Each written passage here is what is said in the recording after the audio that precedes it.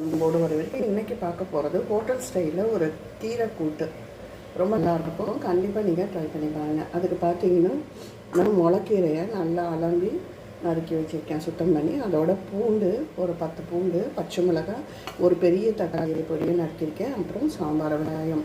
ரொம்ப ஈஸியாக பண்ணிடலாம். தாளிக்கும் போது பார்த்துக்கலாம். இங்கே ஒரு கடாய் வச்சுருக்கேன், நல்ல காய் வச்சுருக்கேன். அதில் பார்த்தீங்கன்னா ஒரு ஸ்பூன் கடுகு வெடிக்கட்டும். கொஞ்சம் கருவேப்பிலை.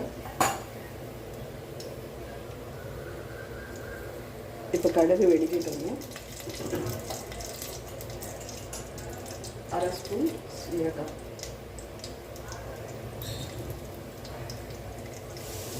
ஒரு குக்கரில் பாசிப்பருப்பு, சும்மா நீங்கள் எடுத்த கீரைக்கு ஏற்ற மாதிரி 3 பருப்பு, பாசிப்பருப்பு, துவரம்பருப்பு, கடலைப்பருப்பு 3த்தையும் மஞ்சத்தூள் போட்டு வேக வச்சு எடுத்து வச்சுருக்கேன். கடுகு வெடிச்சு வச்சு பச்சை மிளகாய், பூண்டு, 2 பச்சை மிளகாவை கீரி போட்டிருக்கேன். பூண்டு நல்லா வதங்கி வரட்டும்.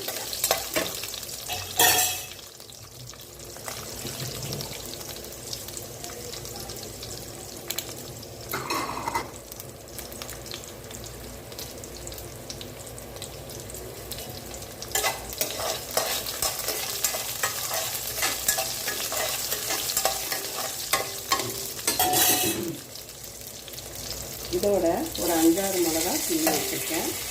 குண்டு மிளகாவுனா நல்லாயிருக்கும். என்கிட்ட நீட்டு மிளகா இருக்கிறதால அதை கிள்ளி போட்டுருக்கேன். குண்டு மிளகாவுனா உங்கள் காலத்துக்கு ஏற்ற மாதிரி போடணுங்க. நான் ஒரு 4 மிளகா கிள்ளி சேர்த்துருக்கேன்.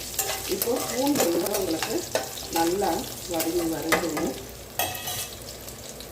சாம்பார் வெங்காயம் சேர்த்தா இதுக்கு ரொம்ப நல்லாயிருக்கும். இப்போ பார்ப்போம், இது வதங்கட்டும்.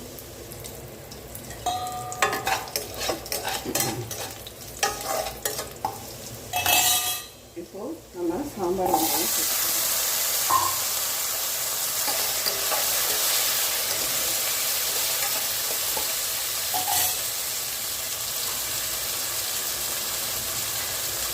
வெங்காயம் வதங்கிறதுக்கு கொஞ்சமாக உப்பு,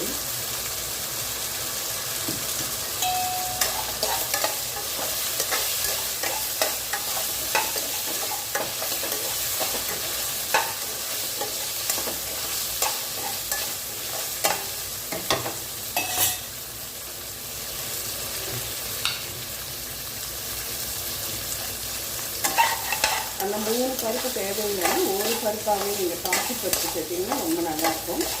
நான் 3 பருப்பு, பாசிப்பருப்பு, கடலைப்பருப்பு, துவரம்பருப்பு அப்படி செய்யும்போது ஹோட்டல் சுவையில் இருக்கும் நல்லா.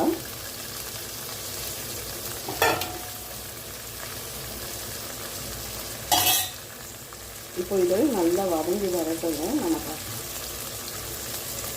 இப்போ பாருங்கள், வெங்காயம் நல்லா ரோஸ் கலரில் வதங்கிட்டு, இப்போ நம்ம தக்காளியை நல்லா சேர்த்துட்டு சேர்க்கணும்.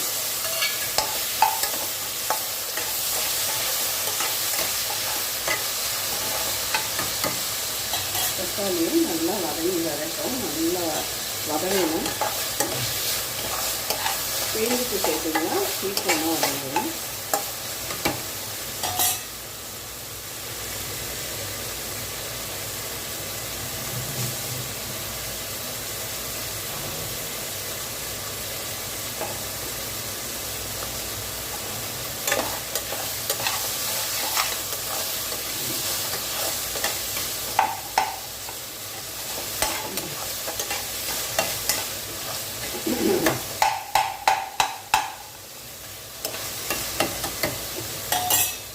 நம்ம அந்த பருப்பு வேக வச்ச தண்ணியை கீழே வைக்க வேண்டாம், இதிலையே நம்ம சேர்த்துக்கலாம். இப்போ பாருங்கள், தக்காளி ஓரளவு மசிச்சு வந்துருக்கு.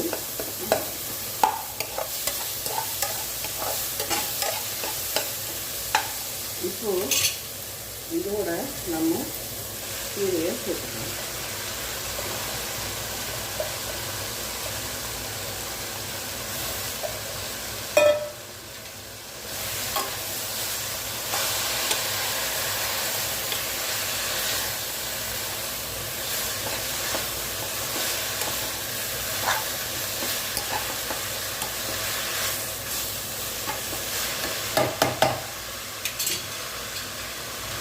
கீரை இதுலேயே நல்லா சுருங்கிடும்.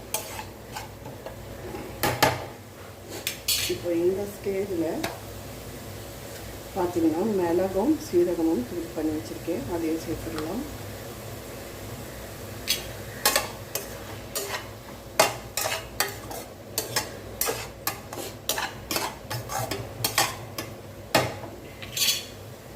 இப்போ பார்த்தீங்கன்னா நம்ம பருப்பு வேக வச்ச தண்ணி மட்டும் தான் சேர்த்துருக்கேன், இன்னும் பருப்பை சேர்க்கல. அதையும் சேர்த்து கீரை நல்லா வெந்து வரட்டும்.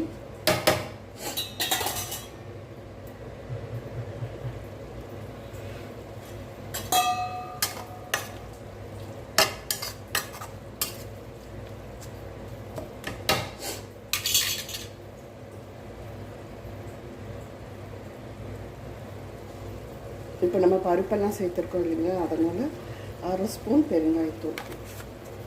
பூண்டு சேர்த்தாலும் பெருங்காயம் சேர்க்கணும்.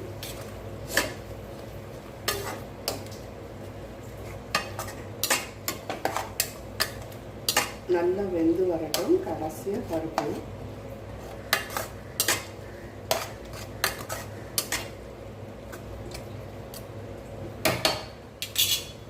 வேகட்டும்.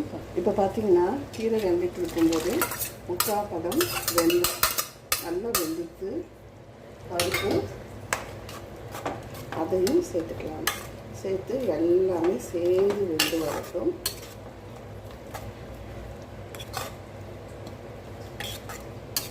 உப்பு பார்த்துட்டு சேர்த்துக்கலாம். வெங்காயத்தில் நம்ம உப்பு சேர்த்தோம்னோம்.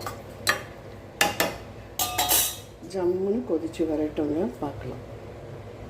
இது கொதிச்சுட்டு இருக்கும்போது ஒரு 2 சின்ன ஸ்பூனு நெய் விடுறேன். நெய் ஒன்று விருப்பம்தான்.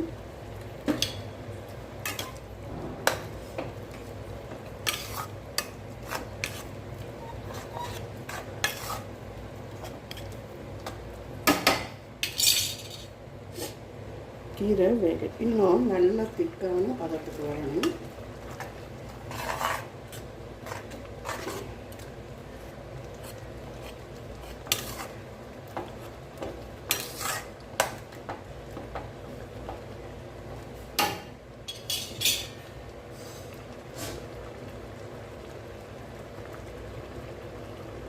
அவ்வளோதான், ஹோட்டல் ஸ்டைலு கீரை கூட்டு ரெடி ஆகிடுது.